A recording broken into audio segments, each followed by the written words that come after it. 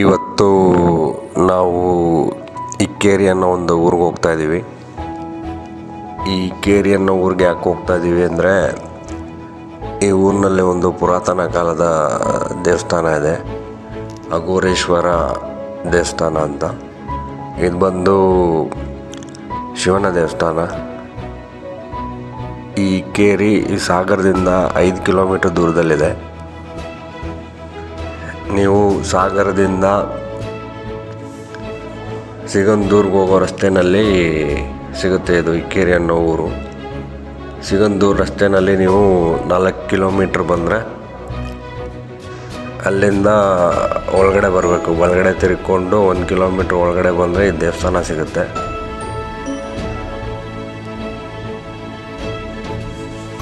ಈ ಇಕ್ಕೇರಿ ಅನ್ನೋ ಊರ ಬಗ್ಗೆ ಹೇಳಬೇಕು ಅಂದರೆ, ಈ ಇಕ್ಕೇರಿ ಅನ್ನೋ ಊರು 1560ರಿಂದ 1639ನೇ ಇಸ್ವಿವರೆಗೂ ಕೆಳದಿ ಅರಸರ ರಾಜಧಾನಿಯಾಗಿತ್ತು. ಇದು ವೀರಭದ್ರ ನಾಯಕನ ಆಡಳಿತದಲ್ಲಿ 1639ರಲ್ಲಿ ವಿಜಯನಗರ ಅರಸರ ಅಧೀನತೆಯಿಂದ ಬೇರೆಯಾಗಿ ಸ್ವತಂತ್ರ ಸಂಸ್ಥಾನವಾಯಿತು. ಇದಾದ ನಂತರ ಈ ರಾಜಧಾನಿಯನ್ನು ಇಕ್ಕೇರಿಯಿಂದ ಬಿದನೂರಿಗೆ ಬದಲಾಯಿಸಿದ್ರು.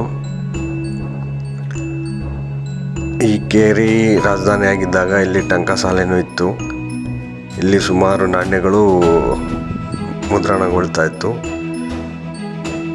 ಇದು ರಾಜಧಾನಿ ಬದಲಾದ ಮೇಲೂ ನಾಣ್ಯಗಳು ಚಲಾವಣೆಯಲ್ಲಿತ್ತು. ಈ ನಗರದ ಸುತ್ತಲೂ ಅಂದರೆ ಇದು ರಾಜಧಾನಿಯಾಗಿದ್ದಾಗ 3 ಸುತ್ತಿನ ಕೋಟೆ ಇತ್ತಂತೆ. ಆದರೆ ಈಗ ಅದು ಇದೆಯೋ ಇಲ್ವೋ ಗೊತ್ತಿಲ್ಲ. ಆದರೆ ಈ ದೇವಸ್ಥಾನ ಅಘೋರೇಶ್ವರ ದೇವಸ್ಥಾನ ಒಂದು ಉಳ್ಕೊಂಡಿದೆ.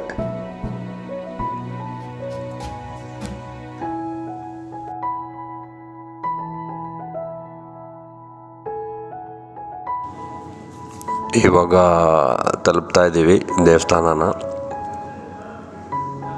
ಇಲ್ಲೇ ಈ ರಸ್ತೆಯಲ್ಲಿ ನೀವು ಎಡಗಡೆ ತಿರುಗಿಕೊಂಡ್ರೆ ನಿಮಗೆ ಅಘೋರೇಶ್ವರ ದೇವಸ್ಥಾನ ಕಾಣುತ್ತೆ.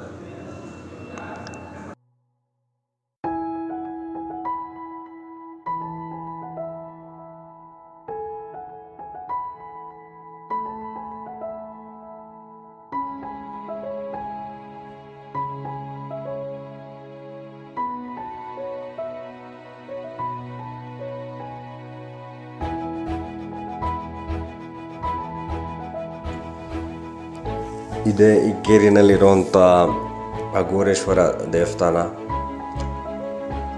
ದೇವಸ್ಥಾನದ ಒಳಗಡೆ ಹೋಗೋಣ.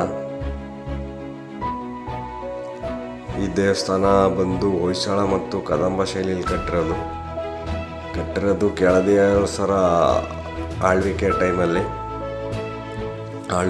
ಸಮಯದಲ್ಲಿ ಇದನ್ನು ಹೊಂಬೂಜದ ವೆಂಕಟಯ್ಯ ಎಂಬ ಶಿಲ್ಪಿ ಇದನ್ನು ಕಟ್ಟಿದ್ದಾರೆ ಅಂತ ಶಾಸನದಲ್ಲಿ ಹಳೆಗನ್ನಡದಲ್ಲಿ ದೇವಸ್ಥಾನದಲ್ಲಿ ಎಲ್ಲೋ ಬರ್ತಿದ್ದಾರಂತೆ.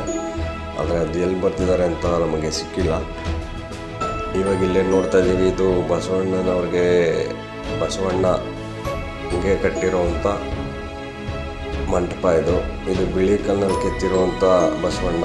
ಈ ಬಸವಣ್ಣನ ಸಂದಿನಲ್ಲಿ ಒಂದು ಚಿಕ್ಕ ಮಗು ನುಸುಳುವಷ್ಟು ಜಾಗ ಇದೆ. ಆ ಸಂದಿನಲ್ಲಿ ಚಿಕ್ಕ ಮಕ್ಕಳು ನುಸುಳಿ ಆಚೆ ಬಂದರೆ ಅವ್ರ ಇಷ್ಟಾರ್ಥ ಪ್ರಾಪ್ತಿ ಆಗುತ್ತೆ, ಒಳ್ಳೆಯದಾಗುತ್ತೆ ಅಂತಲೂ ಹೇಳ್ತಾರೆ.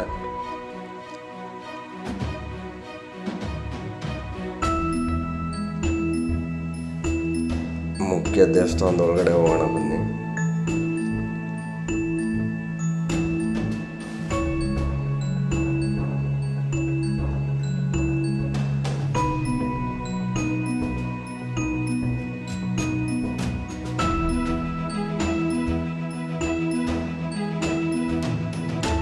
ಇದೇ ಮುಖ್ಯವಾದ ದೇವಸ್ಥಾನ ಅಘೋರೇಶ್ವರ. ಅಲ್ಲಿ ಒಳಗಡೆ ಏನು ಕಾಣ್ತಾ ಇದೆ, ಇದು ಅಘೋರೇಶ್ವರ ಶಿವಲಿಂಗ.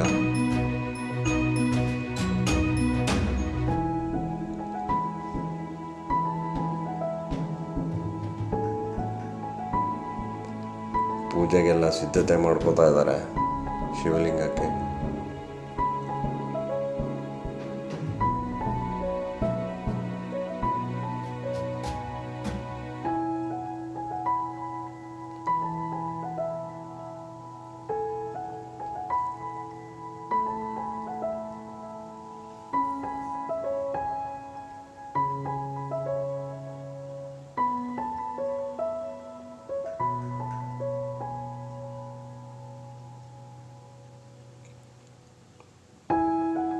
ಪುರಾತನ ಕಾಲದ ದೇವಸ್ಥಾನ. ಕಂಬಗಳ ಕೆತ್ತನೆ ಹೇಗಿದೆ ನೋಡಿ.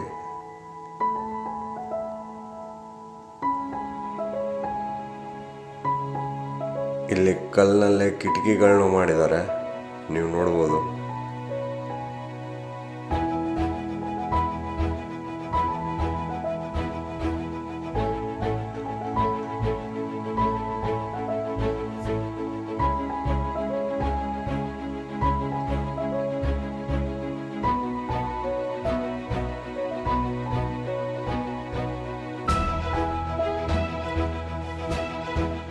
ದೇವಸ್ಥಾನದ ಎಡಭಾಗದಲ್ಲಿ ಅಮ್ಮನವರ ದೇವಸ್ಥಾನವೂ ಇದೆ.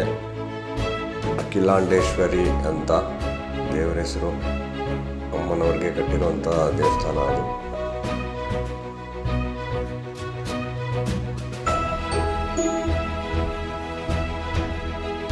ಈ ದೇವಸ್ಥಾನದಲ್ಲಿ 2 ಹಲ್ಲಿ ಮತ್ತು ಒಂದು ಚೇಳನ್ನು ಕೂಡ ಕೆತ್ತಿದ್ದಾರೆ ಕಲ್ಲ ಮೇಲೆ.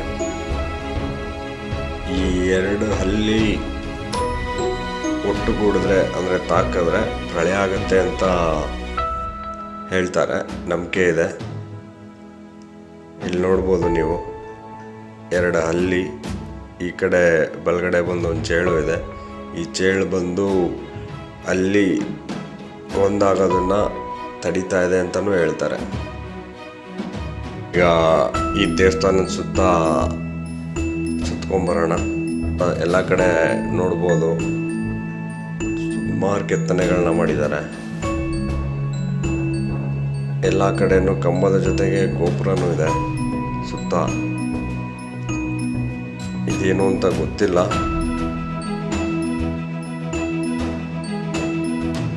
ಇದು ಬಂದು ಅಲ್ಲಿ ಲಿಂಗಕ್ಕೆ ಅಭಿಷೇಕ ಮಾಡಿದಂಥ ನೀರು ಬಂದು ಬೀಳೋಂಥ ಜಾಗ ಇದು.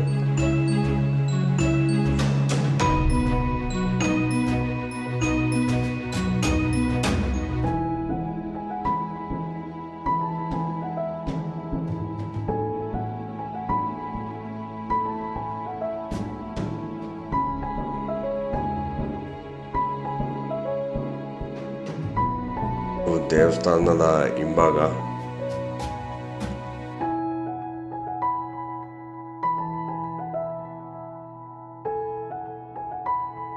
ಈ ಕಡೆ ಇರೋದೇ ಅಖಿಲಾಂಡೇಶ್ವರಿ ಅಮ್ಮನವರ ದೇವಸ್ಥಾನ, ಚಿಕ್ಕದು.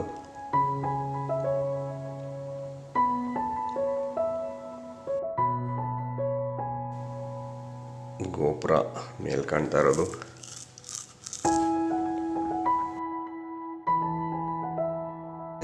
ದೇವಸ್ಥಾನದ ಎಲ್ಲ ಕಡೆನೂ ಗೋಪುರ ಮತ್ತು ಕಂಬ ಕೆತ್ತಿದ್ದಾರೆ. ಆದರೆ ಯಾಕೆ ಕೆತ್ತಿದ್ದಾರೆ ಅಂತ ಗೊತ್ತಿಲ್ಲ.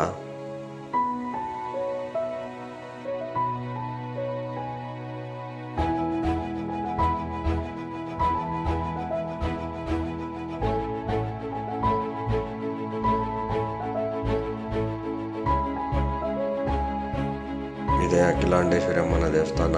ಒಳಗಡೆ ಹೋಗೋಣ.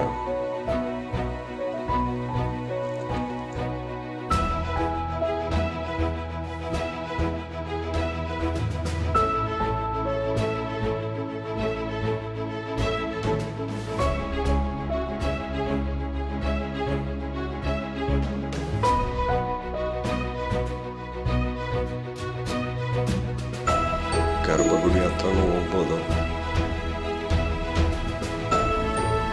ಬಾಕ್ಲಾಕಿದ್ದಾರೆ. ಇಲ್ಲೇನು ಕಾಣ್ತಾ ಇದೆ, ಇದೇ ಅಖಿಲಾಂಡೇಶ್ವರಿ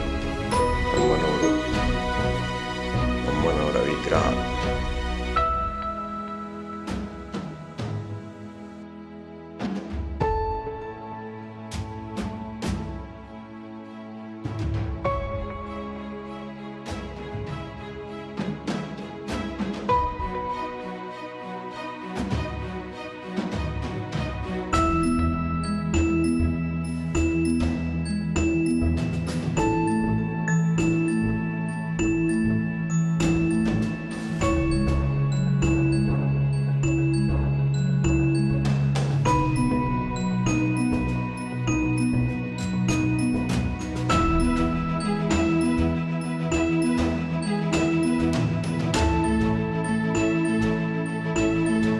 ನೀವು ಯಾರಾದರೂ ಸಾಗರ ಜೋಗ್ ಫಾಲ್ಸ್ ಕಡೆ ಬಂದರೆ ಈ ದೇವಸ್ಥಾನಕ್ಕೆ ಒಮ್ಮೆ ಭೇಟಿ ಕೊಟ್ಬಿಟ್ಟು ಹೋಗಿ. ಚೆನ್ನಾಗಿದೆ ದೇವಸ್ಥಾನ.